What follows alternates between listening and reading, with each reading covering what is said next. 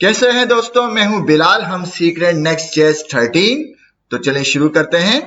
आज की वीडियो में हम राउट ग्रुप के बारे में पढ़ेंगे और इसके बारे में जानेंगे कि इसको किस तरह यूज किया जाता है और क्या चीज है ये।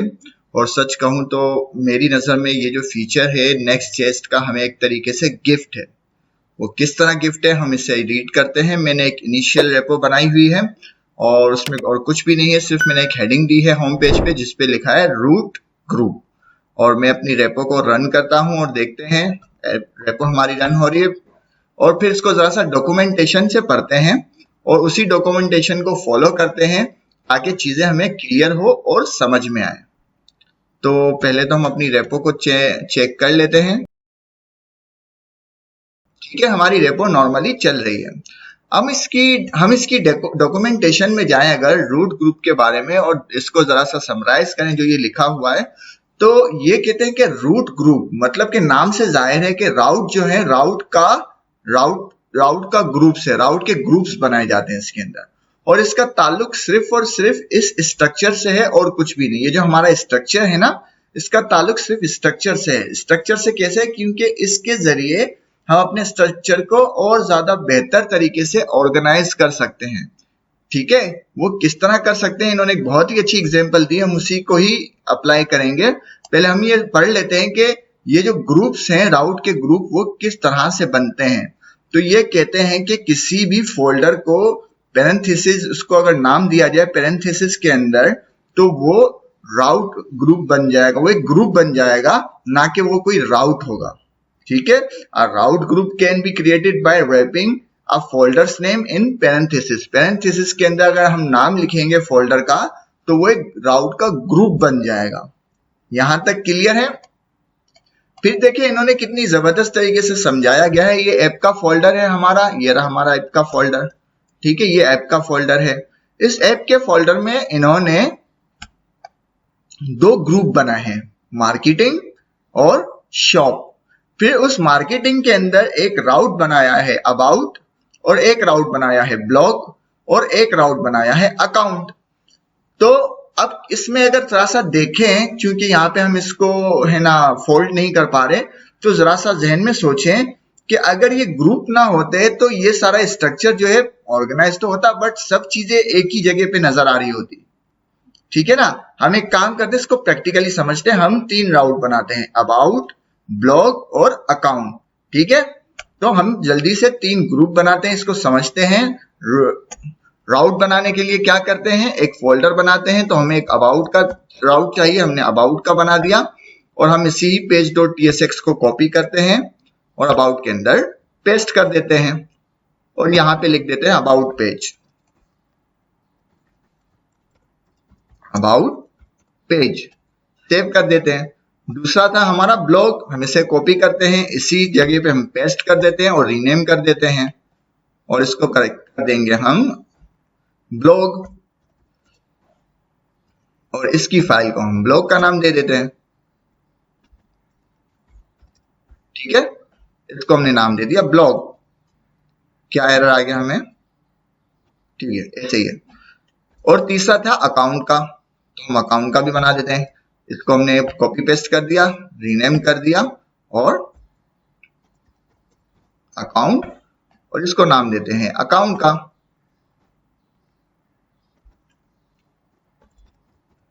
ठीक है, ये हमने तीन राउट बना दिए और उसके अंदर उनके नाम पास कर दिए पहचान के लिए। अब हम इसको जरा सा ट्रेस भी कर लेते हैं कि आया ये बने नहीं बने। तो हम पहले अबाउट पे जाते हैं, अबाउट का पेज खुल गया। हम जाते हैं ब्लॉग पर, ब्लॉग का पेज भी खुल गया और हम आखिरी अकाउंट को भी देख लेते हैं। ठीक है, हमारे तीनों पेज एक्सेस हो गए। अब जरा सा समझें, ये हमारा स्ट्रक्चर है। ठीक है ना, ये हमारा स्ट्रक्चर है। अब इस स्ट्रक्चर में तीन राउट हैं, दो राउट का ताल्लुक जो है मार्केट से है, एक राउट का ताल्लुक है शॉप से। बट है तो ऑर्गेनाइज, देखने में साफ सुथरा बिल्कुल ऑर्गेनाइज ही है। बट इसमें प्रॉब्लम क्या है कि अगर हमारी वेबसाइट सोचे और ज्यादा बड़ी होती है, अकाउंट्स के डिपार्टमेंट आते हैं, हमने यहाँ पे डिपार्टमेंट का भी फोल्डर बना दिया। ब्लॉक की टाइप्स आती हैं कि भाई ये ब्लॉक जो है इस टाइप का है, या फिर डायनामिक राउट बनते हैं इनके, तो वो भी हमने यहाँ पे बना देते हैं। डायनामिक तो खैर इनके अंदर बनते हैं, बट इनसे रिलेटेड कुछ और राउट होते हैं वो भी यहाँ बनते हैं। तो ये बढ़ते बढ़ते बढ़ते सोचेंगे कितना बढ़ जाएगा, और फिर मिक्सिंग होना शुरू हो जाएगी कि आया हमें इससे ये नहीं मालूम पड़ रहा कि अबाउट जो है वो उसका ताल्लुक आया मार्केट से या शॉप से। तो इस वजह से नेक्स्ट चेस कहता है कि आप ग्रुपिंग कर लें। ग्रुपिंग में क्या फायदा होगा, आपका स्ट्रक्चर मेंटेन रहेगा, और जो भी ग्रुप आप है ना बनाएंगे उसके कंपोनेंट, उस ग्रुप का लेआउट, उस ग्रुप के पेजेस, उस ग्रुप के राउट सब उसी में महफूज करें, उसी में ही सेव करें, ताकि बाहर जो आपकी चीजें ऑर्गेनाइज रहें, और ग्रुप के अंदर भी आप सब ग्रुप कर सकते हैं। तो फिलहाल हम सब ग्रुप नहीं करेंगे, कंफ्यूजन हो जाएगी, हम सिंपल रखेंगे जो हम यहाँ पे पढ़ रहे हैं। ठीक है, हम इससे ही अब फॉलो करते हैं। हम दो ग्रुप बनाते हैं, मार्केटिंग और शॉप, और जिसके जो राउट है उसको मूव कर देते हैं उनके फोल्डर्स में। तो हम एक ग्रुप बनाते हैं। ग्रुप बनाने के लिए वो कहते हैं कि आप ऐप के अंदर एक फोल्डर बनाएं। तो हम ऐप के अंदर एक फोल्डर बनाते हैं, ठीक है, और उसके अंदर जो भी आप ग्रुप का नाम रखेंगे उसको रखना है पैरेंथेसिस ब्रैकेट के अंदर। और मार्केटिंग हमने एक ग्रुप बना दिया मार्केटिंग, ठीक है, और इस मार्केटिंग के अंदर हम मूव करते हैं अबाउट और ब्लॉक को। तो मैं इसको कट कर देता हूं और यहां पे हम पेस्ट कर देते हैं। ठीक है, हमारा स्ट्रक्चर देखिए साफ सुथरा हो गया। अब हमें अबाउट और वो नजर नहीं आ रहे, बट वो मार्केटिंग के अंदर हमें नजर आ जाएंगे। ठीक है, फिर हमने एक और ग्रुप बनाते हैं शॉप का। हम एक और ग्रुप बनाते हैं, पैरेंथेसिस के अंदर हमने बना दिया शॉप का ग्रुप, और अकाउंट को हम कट करते हैं और शॉप के अंदर पेस्ट कर देते हैं। तो यहाँ पे अकाउंट का भी हो गया। ठीक है ना, अब हम जरा सा चेक करते हैं और देखते हैं कि क्या हो रहा है अकाउंट के। ठीक है, हम अपने पहले राउट्स को चेक कर लेते हैं कि उसके ऊपर कुछ फर्क पड़ा है या नहीं पड़ा, और फिर देखते हैं ग्रुपिंग क्या कर रहा है। अब हम जाते हैं अकाउंट को रिफ्रेश करते हैं। हमारा अकाउंट का पेज इसी तरह विजिबल है और हमारा राउट भी मेंटेन है। हमारा राउट चेंज नहीं हुआ। हम कोई इस तरह से नहीं लिख रहे कि भाई शॉप के अंदर अकाउंट है, हमने ऐसे नहीं लिखा, शॉप के अंदर अकाउंट है। ठीक है, तुरंत तो अगर देखा जाए हमारे जो है ना स्ट्रक्चर है वो यही कह रहा है कि शॉप के अंदर अकाउंट का ग्रुप है।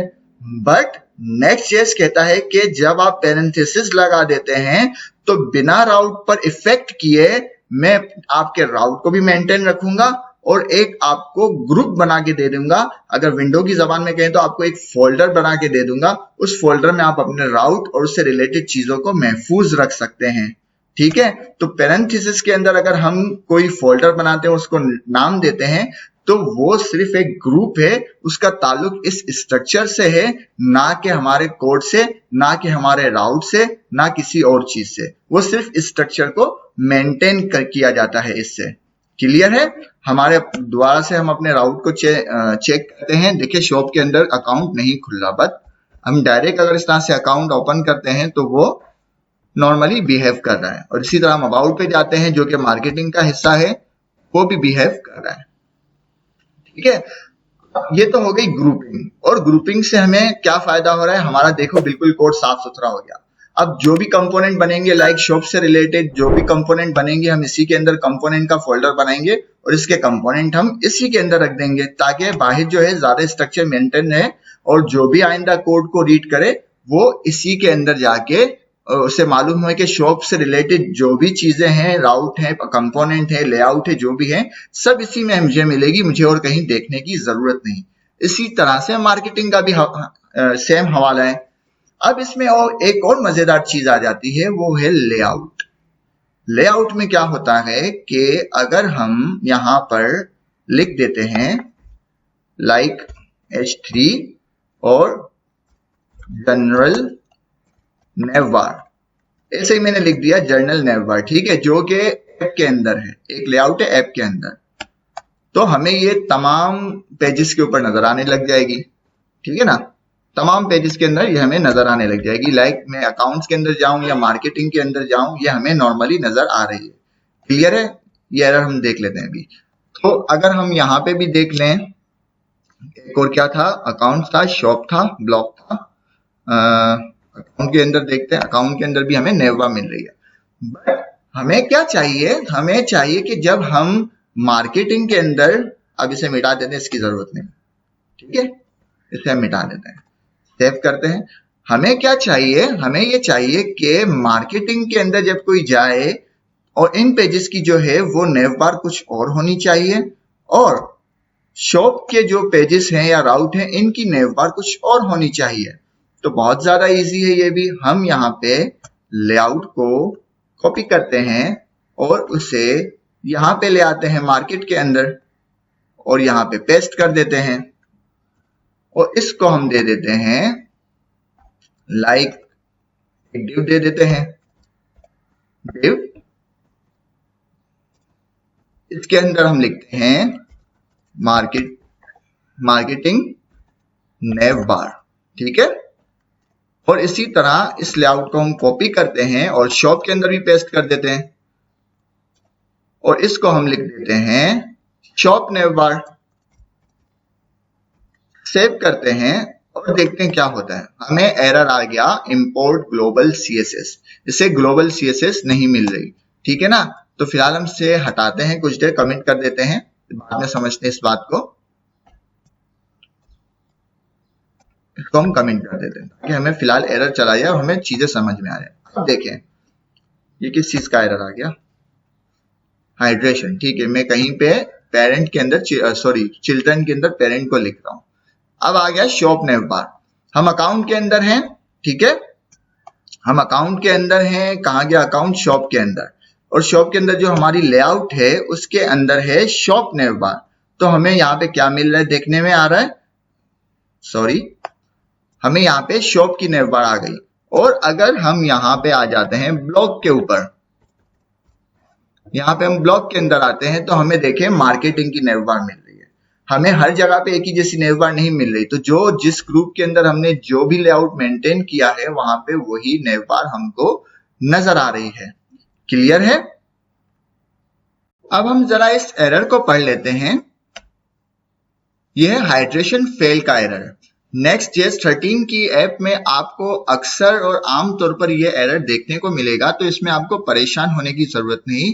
इसका सिंपली मतलब यह है कि यहाँ पे ये बता रहा है कि कंपोनेंट स्टैक div और html, मतलब कोई html के पेरेंट एलिमेंट को चाइल्ड एलिमेंट के अंदर रख दिया, या यूं कह दें कि html के पेरेंट टैग को रेंडर किया या लिखा गया है उसके चाइल्ड टैग के अंदर। तो Next.js 13 कहता है कि ये गलत तरीका है।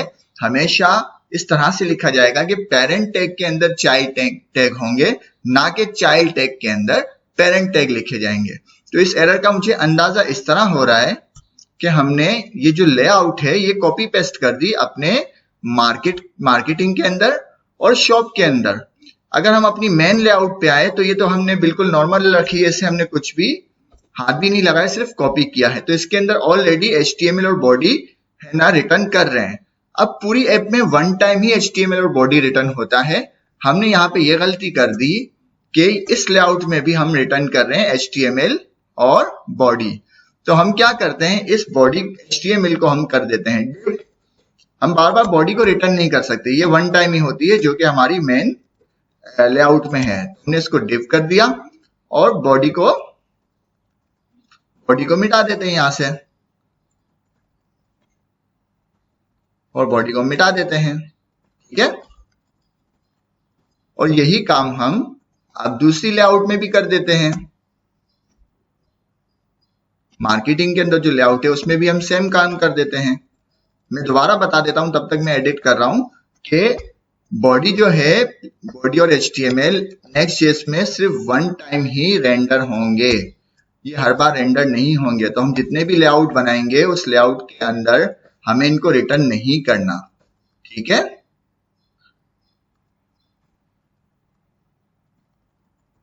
मैं इसे भी मिटा देता हूं।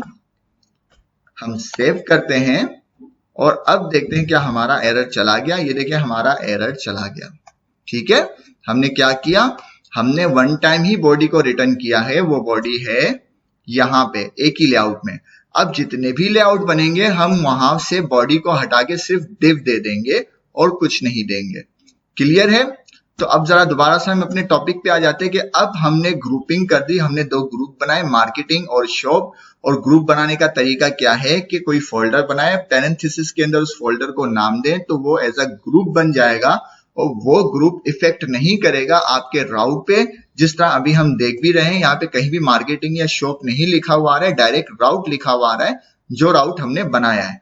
तो ग्रुप जो है नेक्स्ट.js 13 कहता है कि जो ग्रुप है वो इफेक्ट नहीं करता आपके राउट के ऊपर। एक चीज, दूसरी चीज, ग्रुप के जरिए, राउट ग्रुप के जरिए हम अपने स्ट्रक्चर को और ज्यादा बेहतर ऑर्गेनाइज कर सकते हैं। जो भी हमने देख लिया और हमें नजर भी आ रहा है कि मार्केटिंग की जो भी चीजें हमें मार्केटिंग के ग्रुप में मिलेगी और शॉप की जो भी चीजें हमें शॉप के ग्रुप में मिलेगी। इस तरह हम इस ग्रुप के अंदर भी सब ग्रुप बना सकते हैं।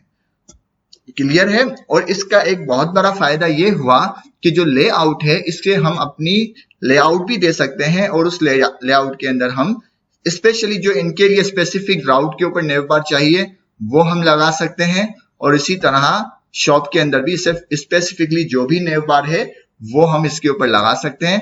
और यहाँ पे हम उसे चेक भी कर दिया कि ब्लॉग पेज के अंदर हमें मार्केटिंग की नेव बार आ रही है और अकाउंट के अंदर हमें शॉप की नेव बार मिल रही है। ठीक है, ये शॉप की नेव बार आ गई। यहां तक क्लियर है? तो ग्रुप के लिए इतना ही। दोबारा बता दूंगे, ग्रुप का सिर्फ स्ट्रक्चर से ताल्लुक है, कोड से इतना ताल्लुक नहीं है। ये स्ट्रक्चर को ऑर्गेनाइज करता है और कुछ नहीं करता। और ग्रुप जो है राउट के ऊपर इफेक्ट नहीं करता। शर्त है कि ग्रुप बनाने का तरीका ये हो कि कोई भी फोल्डर बनाए, उस फोल्डर को पैरेंथेसिस के अंदर रखें, तब वो इफेक्ट नहीं करेगा। अगर इसे आपने पैरेंथेसिस ब्रैकेट में नहीं रखा तो वो राउट काउंट किया जाएगा। क्लियर है? इस दौरान हमें हाइड्रेशन फेल का एरर भी आ गया और हमने उसे भी सॉल्व करके देख लिया। और इस तरह से और भी हो सकता है आगे आपको एरर आते हो तो हम देखते रहेंगे। आज की वीडियो के लिए इतना ही। उम्मीद है पसंद आई होगी। पसंद आए तो लाइक करें, शेयर करें, सब्सक्राइब करें। मिलते हैं नेक्स्ट वीडियो में। अल्लाह हाफिज।